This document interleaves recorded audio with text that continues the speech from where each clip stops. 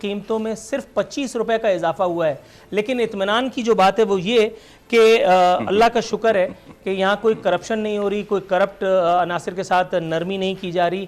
یہ ایک الگ بات ہے کہ عوام کو ریلیف میرا خیال ہے کہ نہیں مل رہا، if I'm not wrong.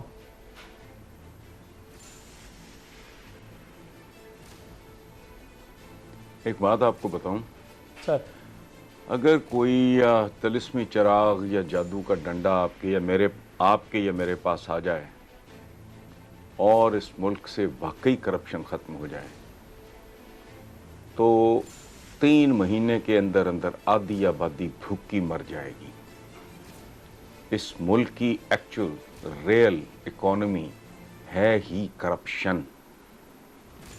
Government functionaries کے آپ اختیارات دیکھیں، ان کی طاقت دیکھیں اور ان کی تنخواہیں دوسرے پلڑے میں رکھیں.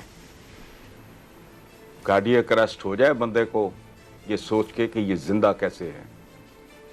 ایک سرٹن پرسنٹیج ڈیفینیٹلی ہوتی ہے جن کا پیچھا تگڑا ہوتا ہے، کو دانے گھر سے آ جاتے ہیں یا اور طرح کی کوئی سپورٹ ہوتی ہے، کوئی پراپرٹی ہوتی ہے، کوئی رینٹ پہ دی ہوئی ہے، کوئی یہ وہ. میجورٹی تو نہیں ہے. آپ تصور کریں ایک ایس ایچ او کی طاقت کا، اس کو ایک اڈا ایس ایچ او کا جو بھی جتنا بھی علاقہ ہوتا ہے، ایک اڈا جوئے کا اس کو اس کی تنخواہ سے کئی گنا زیادہ دے سکتا ہے.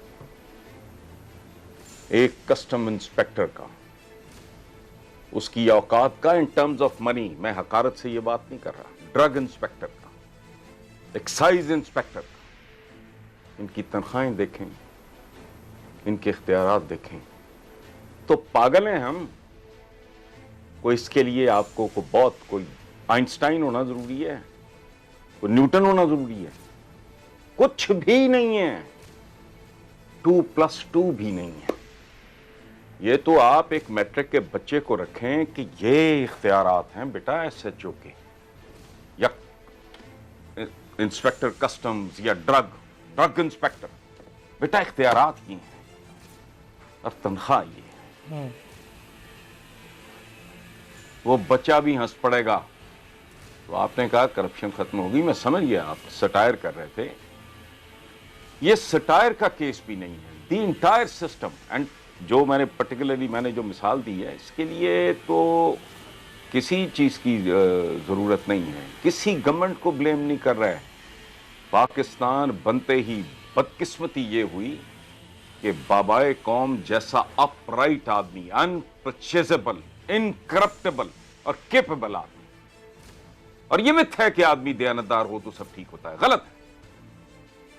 مجھے بتائیں ذوالفقار علی بھٹو بیکورڈ جائیں پیچھے، ایک پرائم منسٹر بتائیں، نااہل ہوں گے، فیوڈل ہوں گے، جو بھی تھے، ایک بتائیں، ایک بھٹو کے پیچھے چلتے جائیں. ذرا نام لیں. چودھری محمد علی کرپٹ تھا، یا چندری گر کرپٹ تھا، سہروردی کرپٹ تھا.